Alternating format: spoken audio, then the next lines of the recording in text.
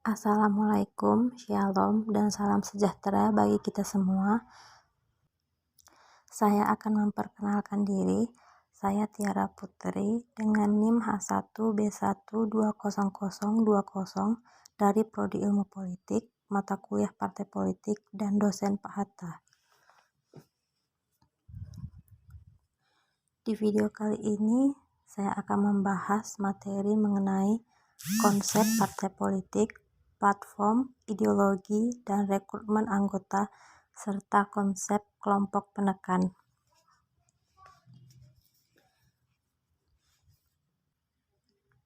Dimulai dari partai politik menurut para ahli, ada Edmund Burke. Menurut Edmund Burke, partai politik merupakan suatu kumpulan orang yang bersatu untuk memperjuangkan kepentingan melalui usaha mereka bersama. Kemudian ada Sigmund Neumann mendefinisikan partai politik merupakan suatu organisasi dari aktivitas politik yang berusaha untuk menguasai kekuasaan pemerintah serta merebut dukungan rakyat lewat persaingan dengan golongan lain. Selanjutnya ada Ronald Reagan. Partai politik bukanlah persaudaraan. Bersatu dalam partai politik karena keyakinan tertentu tentang seperti apa mestinya pemerintahan yang baik. Nah, dari ketiga para ahli tersebut menekankan partai politik pada akar ideologis yang disepakati. Contohnya Partai Penggemar Bir di Polandia atau Partai Hijau di Amerika. Sedikit saya paparkan mengenai Partai Hijau di Amerika. Partai ini merupakan sebuah gabungan partai hijau. Partai ini mempromosikan politik hijau, khususnya pelestarian lingkungan, anti kekerasan, keadilan sosial, demokrasi partisipatif, demokrasi akar rumput, kesetaraan gender, hak LGBT, anti perang, dan terakhir ada anti rasisme. Masih lanjut menurut para ahli, ada Leon Epstein pada tahun 1980 yang mengatakan partai politik adalah kelompok, meskipun terorganisir namun berusaha untuk memilih pemegang jabatan pemerintah dengan nama tertentu. Berikutnya ada Joseph Schlesinger pada tahun 1991 mengatakan partai politik adalah kelompok yang terorganisir atau dikatakan disusun dan sudah diatur untuk mendapatkan kontrol atas pemerintahan. Berikutnya ada John Aldrich pada tahun 1995. Menurutnya, partai politik bisa dilihat dari koalisi elit untuk merebut dan menggunakan jabatan politik, mengatasnamakan jabatan politik. Terakhir ada Meriam Budiarjo. Partai politik merupakan suatu kelompok yang terorganisir atau dikatakan disusun dan sudah diatur, yang anggota-anggotanya mempunyai orientasi, nilai, dan cita-cita yang sama serta tujuan untuk memperoleh kekuasaan politik, untuk merebut kedudukan politik dengan cara konstitusional untuk melaksanakan program kerja. Dalam konteks tersebut, partai politik diibaratkan sebuah organisasi politik yang berorientasi terhadap perebutan dan mempertahankan posisi di pemerintahan, dalam artian dalam pemerintah tersebut diisi posisi-posisi strategis jabatan publik. Selanjutnya ada satu tokoh lagi, yakni Giovanni Sartori. Menurut Giovanni ini, berdasarkan konteks negara demokrasi maupun dengan paham ideologis lain, keberadaan partai politik ini mampu menghubungkan masyarakat dengan pemerintahan. Dengan demikian, dapat disimpulkan partai politik memiliki peran yang cukup penting dalam sistem pemerintahan. Partai politik ini memungkinkan warga dapat berpartisipasi langsung dalam sistem pemerintahan yang akan memungkinkan adanya terpilih sejumlah jabatan untuk mengisi pemerintahan. Partai politik ini dapat juga menyatukan kelompok yang beragam, tercerai-berai menjadi satu penghubung di tingkat-tingkat pemerintahan yang berbeda sekalipun. Partai politik juga dapat mendorong partisipasi aktif masyarakat dalam politik.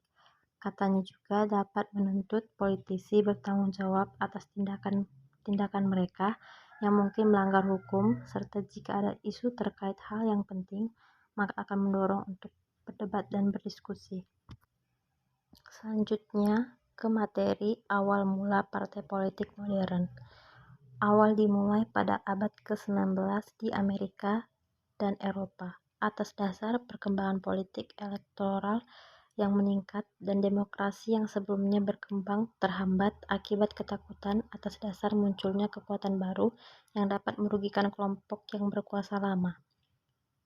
Kemunculan partai modern ini bukan hanya sebagai fungsi untuk mengubah insentif organisasi, namun juga dipengaruhi oleh kekuatan disentif organisasi.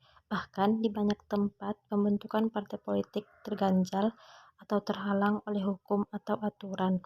Aturan yang memang sengaja dibuat, dirancang untuk membungkam pendapat-pandangan politik dan organisasi politik, terutama mereka yang mungkin dapat mengancam status quo.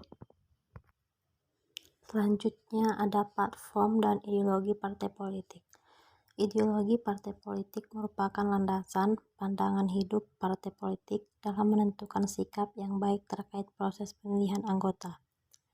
Ideologi partai politik juga dapat memunculkan kebijakan dan cara pandang menentukan masa depan ke arah mana negara. Platform partai merupakan serangkaian, sekumpulan atau kebijakan yang didukung oleh partai politik, kelompok tertentu, atau bahkan praktisi politik perorangan. Fungsi dari platform ini bisa digunakan untuk menarik perhatian masyarakat, misalnya saat pemilihan umum. Selain itu, bisa juga digunakan untuk melihat kesamaan atau perbedaan pada prinsip dan kebijakan yang bisa dipertimbangkan saat membentuk koalisi. Ada beberapa platform politik yang biasa digunakan oleh partai politik, diantaranya ada agama, nasionalisme, pembelaan terhadap rakyat kecil atau kelas menengah, upaya menggapai kesejahteraan dan memerangi kemiskinan, dan sebagainya. Para elit dan pelaku politik idealnya mesti telah mengedepankan platformnya agar rakyat sebagai pemilih pemegang kedaulatan atas pilihan mereka diposisikan tidak sebagai alat legitimasi atas posisi kedudukan yang diraih oleh para elit. Selanjutnya ada pola rekrutmen.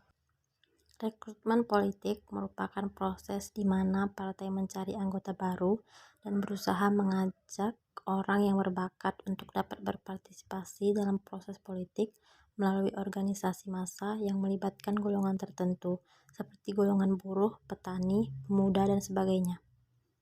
Seperti yang ditegaskan Mohtar Mosoid, bahwa rekrutmen politik merupakan suatu fungsi penyeleksi rakyat untuk kegiatan politik dan jabatan pemerintah. Melalui penampilan dalam media komunikasi menjadi anggota organisasi, mencalonkan diri untuk jabatan tertentu. Ada dua cara khusus seleksi pemilihan, yakni melalui kriteria universal dan kriteria partikularistik.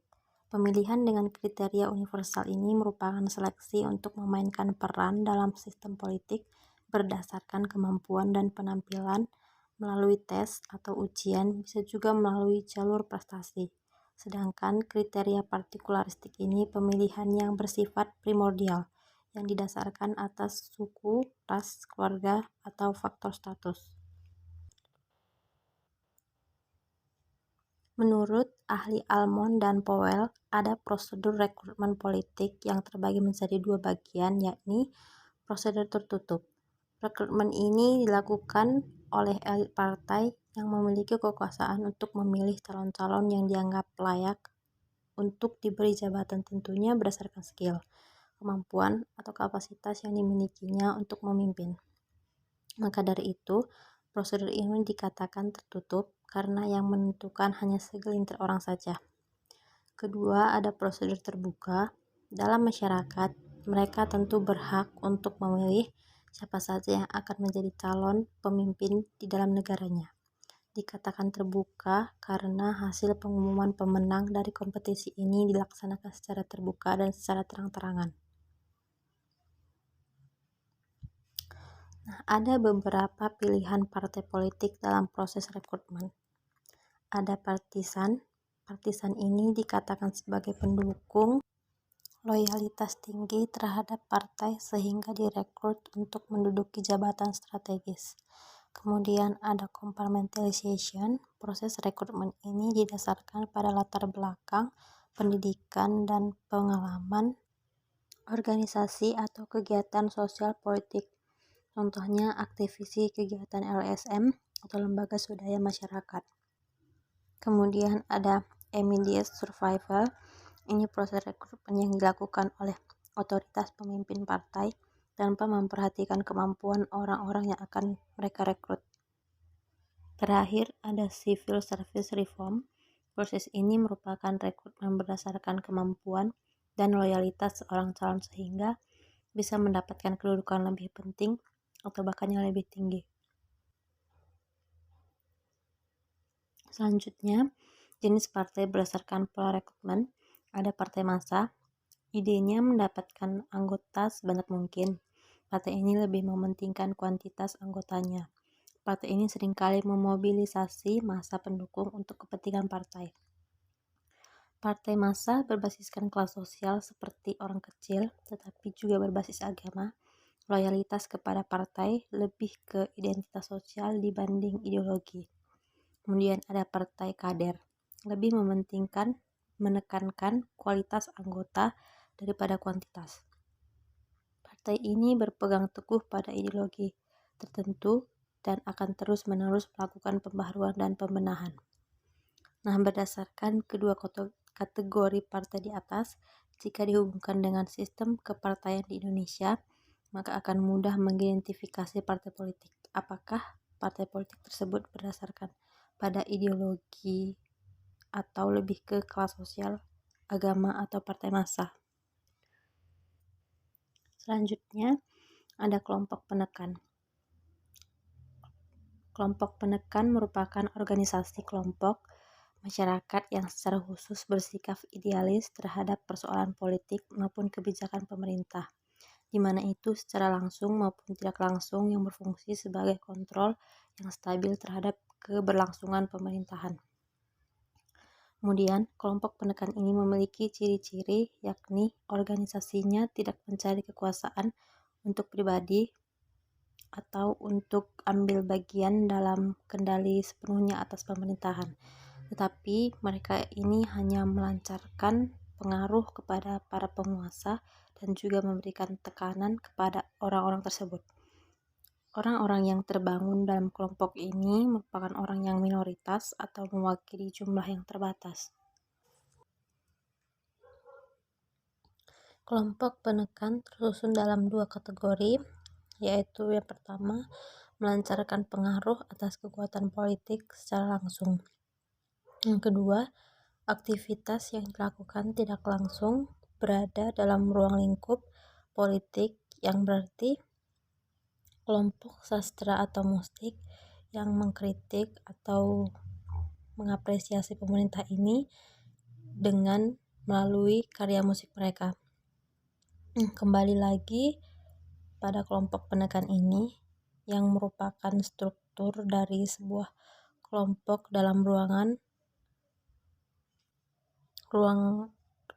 lingkup civil society.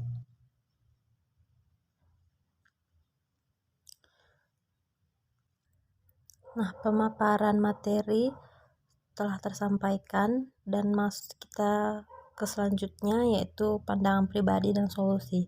Menurut pandangan pribadi saya, partai politik yang sekarang ini sudah banyak kehilangan kepercayaan dari publik, termasuk juga kaum muda. Kami sebagai kaum muda ini berpikir bahwa partai politik ini menghalalkan berbagai cara agar sampai atau mempunyai jabatan posisi di pemerintahan. Apalagi sekarang di zaman sekarang ini popularitas itu menjadi barang jual untuk memperoleh kemenangan. Bahkan saat pemilu pun masih sering dijumpai ada kecurangan-kecurangan. Nah, solusinya menurut saya itu partai politik yang bersikap terbuka serta tidak menggunakan popularitas semata dan tidak menjadikan tolak ukur kemenangan. Dan tentunya walaupun serasa mustahil dapat menghentikan money politik yang terus saja berkembang. Nah, sampai situ saja pemaparan materi dan pandangan menurut saya. Apabila ada salah kata atau ucapan dan pemaparan yang kurang jelas, saya mohon maaf. Terima kasih.